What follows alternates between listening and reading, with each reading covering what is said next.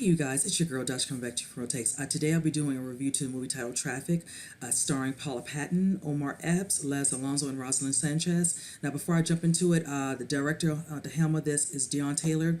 I am familiar with his work. I know he did a movie called Chain Letter, kind of more like a thriller, and he did also another movie that I actually like called Supremacy, starring Danny Glover and what's his name? Evan Ross, Mahershala Ali was in it as well. Great movie. So I love that I'm seeing that he is doing more and more movies, so we can get a little bit of a vibe from his work, whichever. And this being one of them with a very well-known cast as well.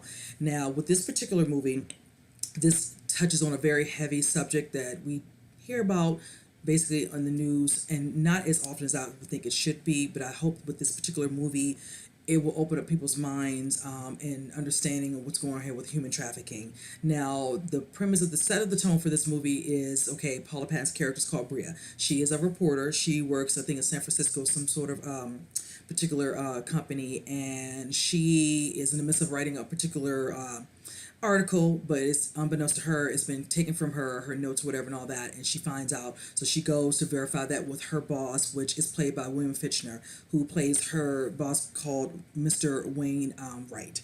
And she doesn't kind of like what he says. She wanted her to condense it, basically, and she did not. She's frustrated because she knows there's more layers to it that needed to be discussed for people to get the understanding fully of her article. So I'm going to keep that part in mind when I bring that up later on in the review. So from that, she's upset, and he's like, I don't think this is made for you. I don't think this is your true fit. So she's basically kind of conflicted right now. She's dealing with work. There's some other things going on behind the scenes with her when it comes to her basically opening up. She dealt with probably a bad, relationship or something prior to the situation with her character being with Omar Epps' character. And his name is John. Now, it shows him he's a mechanic. He loves spending time with her, whichever. And they show a scene where, of course, they all get together later that evening and they're eating dinner at a nice little fabulous restaurant. And, of course, you get to understand a little bit more about John, played by Omar, and, of course, Leslie playing the character titled Darren. And then you have Rosalind Sanchez's character, who's called Malia. Now, Darren, of course, is a character where he's like an agent, sports agent also. You hear all the little ruffle and talk, that's all the things that Leslie's character is doing, where to show that he's always busy, dealing with babies, trying to make sure they're getting the money so they can bring home the money for him while they're in, and of course in the sports, area of aspect for his career. Now, for Malia, you don't really know what she does. I don't think they ever said anything during the movie, so it is what it is. But it's just basically seeing them back and forth with their banter. Now, of course, Darren's character decides to kind of ruin it for kind of letting it be known that, did you tell about the place, whatever, and all. So Omar was trying to set the tone, his character John, for the fact that he had a nice little getaway planned, whichever, and of course somebody slips up and says some things he shouldn't have said. So at that moment, the girls leave, and he has a little talk like, I'm trying to set this up, whatever, and all, you're ruining. He's like, okay, whatever. He's the one that basically told him where to go for this little setup for him to enjoy this getaway, this nice secluded home, whichever. So of course, Brea and Malia are talking. She says, is this what I think it is? She's like, yes, he's a good guy, I wish I had that, whichever, and all. She's like, just go along with it, just go with it, whichever.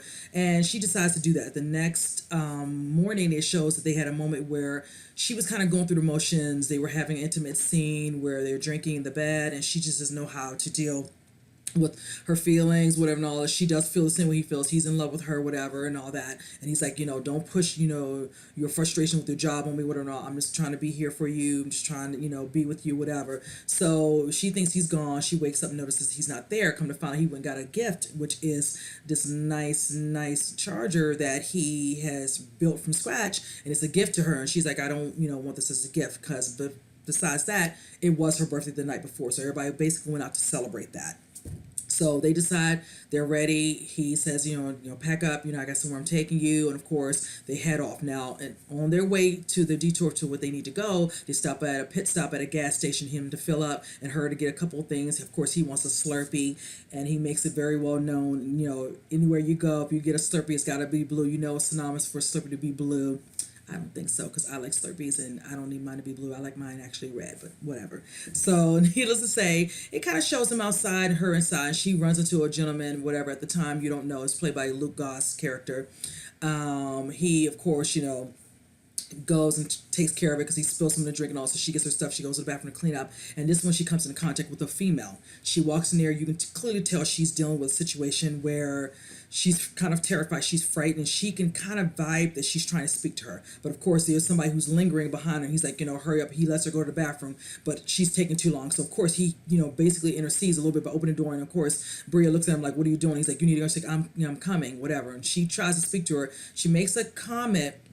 This is just kind of like a 4th of July. She makes this statement, and at first, you don't understand what's going on with that. So pre-tails back to Omar filling up the tank, and then here's where he deals with the ignorance. Of course, you don't mind somebody giving you kudos if you build a nice ride, whatever and all, but all the thinly laced, ignorant, bigot comments wasn't necessary. So of course the guy's offended because John's character doesn't care for it. So it's just like, just compliment the bike with it and all. Why you have to say, the car, why you have to say everything else, whatever. And of course he does other things, spits on the car, whatever, and gets decked. By then she's coming out with the drinks, whatever they need. And this is when the deputy actually shows up. Deputy Sally Mars, played by Missy, can I get her last name? Pile, I think it is. And she kind of diffuses it and all that. And of course, it's like 3 or 4 bikers. So of course, they decide to head off. And of course, there's always one who can't let it go. He tries to follow them. And let's just say Quiff and Swift, they dealt with that, knocked him off the road, went about their business. So from there, it shows them enjoying a nice intimate moment. They are by themselves. It's just them. It's a beautiful home. No one around for quite a bit, but you can see really far out all the woods, the trees, just everything showing that they are kind of secluded. It's kind of hard to pick up reception. And they just enjoy wine, the pool. They have their little intimate moment, and she admits to him that she is definitely in love with him, and he's in love with her. So before she came back, before they had that little moment, you see the ring, and he just kind of puts it back. So of course they start hearing some noise, and they're like, oh, did you order some food? And he's like, no. So of course he moseys around. She comes around. And let's just say it's awkward because of course Malia and Darren show up, but of course she is not fully dressed. She's wearing a denim jacket and nothing else. And I'm telling you, that is hilarious because you're not expecting anything. And mind you, he did say they were coming, but they were coming on a Sunday. They came a day earlier, and he's like, oh, just ruining the vibe for him because he had actually planned probably to propose at that moment. So it kind of got pushed back. So of course, Rosalind's character, Malia, does not realize that that's not what it was supposed to go down. And Omar lets it be known, like, no, you weren't supposed to come just yet. You were saying you were going to come, and if you came, you would come later. So they're like, no, I'm happy to see you, because she feels embarrassed and horrified because he's jumping the gun, whatever. And he makes comments, like, oh, this place is good. She's like, I've been here. Oh, that's the pool, whatever, and all that. I've been here with many chicks. So you can just kind of tell at times he's very sleazy. He has the girlfriend, but he does little things and all that. And he says these little things when she's not around. Just no respect for his woman, whichever. So moving along, you hear a vibration, whatever, is coming from Brea's bag, but it's not hers. Come to find out, it's some sort of, type of walkie-talkie type of phone. And they're trying to figure out, oh my goodness, and that's when she starts having the flashback. Oh, it's the woman who gave me the phone. I knew she needed some help. I could vibe with her. She doesn't know how to speak to me. And then she says, of course, the guy came in and kind of stopped that. So he was like, I'm kind of glad you didn't, get involved, stay out of it, whatever. She said, well, let's try to figure it out. Hence goes back to what the girl said about 4th of July. So they start trying to figure out what the code could be. And thanks to Rosalind Sanchez's character, Malia, she figures it out. They open it up. You see pictures of girls. She comes across a picture of the woman, just in the women, faces beaten up, bruises on their arms. They have them posing in certain pictures, and they're like, something's not right. And of course, Brea off the top realizes this is not right. This looks like some sort of, human trafficking going on, so we need to get in contact with the cops. So of course she eventually tries to reach him. Of course, Darren wants no part of it because he's like, no, this is a place that, politicians, this is a nice little spot that they take their little friends or whatever, or people they shouldn't be messing with here, whatever and all. This, the cops show up and speak on the news. No, I don't want this getting out. No cops, whatever. So he's like, no, we need to do something about this. Call the cops. This is not good, whatever. So of course she comes across also some coordinates as well. And when they're outside talking, because he's, pissed off with her because she's kind of left out for the minute, she starts taking pictures of it. Just start taking and writing down the coordinates and all that, just to have that backup, whatever information that she might need, and puts it on her own phone, because their phones that's attached to it is similar. So in case something happens, she might be able to switch hers or whatever and not give it back to him. But she does what she needs to do. Now, from that part, it shows a scene between Daryl, Malia, and all them where, of course, he feels like she's using this to get a story. This is what you want. I can understand, but don't do this. And then he throws in the face, of course, that something happens where one brief moment a long time ago before Brea met John, that Malia had a moment, with John where they were intimate. Nothing happened of it, but the fact remains that Brea never knew about it. So it was kind of an awkward moment. And of course, he throws out, just like, I didn't know you and I didn't know him. I said, and she's apologizing, and Brea's like, don't do that. And he tries to call her a hoe, always just a mess. He's just messy. Okay, Les Alonso's character's messy. So from there, it shows him having a talk with Omar, and he's like, we're going to handle this, whatever, and all that. Somebody's going to show up. So, of course, I hear a doorbell ring. It's the girl. She shows up, and she's like, okay, trying to, get the phone back. And she's like, come inside. I can help you. We can reach out, because she now knows what's going on. And she wants to help him. And she's like, and she whispers her, and if you all saw the trailer, she's like, they will kill you. They mean business. So, of course, by that time, she kind of, runs away with her, and all the lights flash from, looks like the big truck that they had, where they have the said women inside of this big, gurney truck. And she goes back to Luke Goss's character, which is named Red. And he shoots her right there on the spot. By then, they know things have just changed, because the situation with Malia and Daryl was so bad that she decides to leave. Now, when he gets upper hand with John and Brea to take the phone to go and try to negotiate, because he's like, this is what I do, I gotta go negotiate with them, give it to me. He takes his gun out, whichever, because at first I thought they didn't have nothing in there of any type of weapons, because when they show up, but I'm glad he had that, whichever. It's not like it really mattered, but needless to say, he goes out to negotiate with her and all that. By then, the damage is done, because he clearly could see Malia's suitcase and her purse. So that means they have grabbed her. So now he's trying to tell him he has the phone, but before I give it back, I need my girl. Can you give me my girl back? And he thinks he has upper hand, but when you see him, he's surrounded by the biker guys and the guy Red. Like, do you really think you have upper hand? Why would you go so close? And he does. He should have stayed a little bit back, because if he got some shots in, you have enough time to get away, whatever, and all that. But it didn't work. When he tried it, it was just like too late. He is the first casualty. Well, the real fatal casualty, Malia was the first one, because she got, kidnapped, snatched up. By then, it's basically John and Brea basically trying to run for their lives. They're trying to get the information they need to get out. It shows a scene of them running to a log cabin within the woods, because Red's like, you're going to give me my information, because the simple fact that you're ruining what needs to be handled, they're on a time crunch, whichever. So we're still wondering where the police are. They're not showing up, whatever. So they get to the log cabin. It's this older male who's in there. He lets them use their phone. They're able to call the police again, and also try to email the information to Brea's boss, Mr. Wainwright, excuse me. And from there, one of the biker guys shows up, whichever, and starts, shooting up whatever shotgun, whatever. They do get upper hand, but of course, John's character gets wounded, whatever. And with that scene, he ends up dying, whatever. So of course, she's distraught. The ring falls out. She puts the ring on. She's trying to get her bearings. So by then, she's trying to get into the car, because he did tell her prior to her, say, here's the keys, take the keys, get out of here. Of course, cliche. The car acts like it doesn't want to start. I hate when they do that, but it continues the story on the way it is. It is what it is. But I just hate that crap, because she keeps trying it little, but then she hides beside the seat. She tries it again, she hides, but by then one of the guys grabs her, whatever, and all that, and that's when you kind of see one of the scenes that could be of them grabbing a girl so they can take her against her will. And of course, it shows him getting her, whatever, and all. He puts her in the back. Then it shows him taking her to some little location where the truck was, and he drugs her. So now she's definitely kind of disoriented. She's also inside of the truck with the other girls. She goes in and out, and shows her waking up. She doesn't really notice anything or anyone. By the time she wakes up again, in and out of it, she sees Malia's, Rosalind Sanchez's character, and she has been beaten up. Her face is really bruised, bleeding. She's just like, oh my God, what did they do to her? And you can almost clearly tell they might have, besides drugging her, might have raped her. You can't really tell, but the way she conveys, looking down, crying, just totally, saddened. And then she asks her what happened to John and Darren. She just shakes her head like, yeah, they're gone, and just a mess. So by then, she tells her, don't look at them, because they start to come back, Red and one of the biker guys. And she just acts like she's so drugged out. And of course, Red tries to take advantage. It's like, I'm going to deal with the other girls, but you're going to be mine. I don't want to get rid of you. He's like, oh, you've been a naughty girl. Just talking all this little crap talk.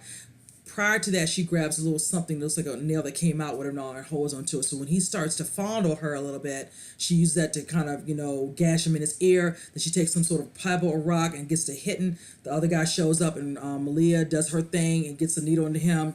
And she's like, come with me, come. And she doesn't have any energy to move, but Brea does. Now this is the part I really love, because even though she gets out, what was interesting to me was the fascination of where the location was that they were being hidden from, in like some type of under cave area. You see her come out, and she goes to the bottom of the woods, and it's just this quick sigh, like literally in shock.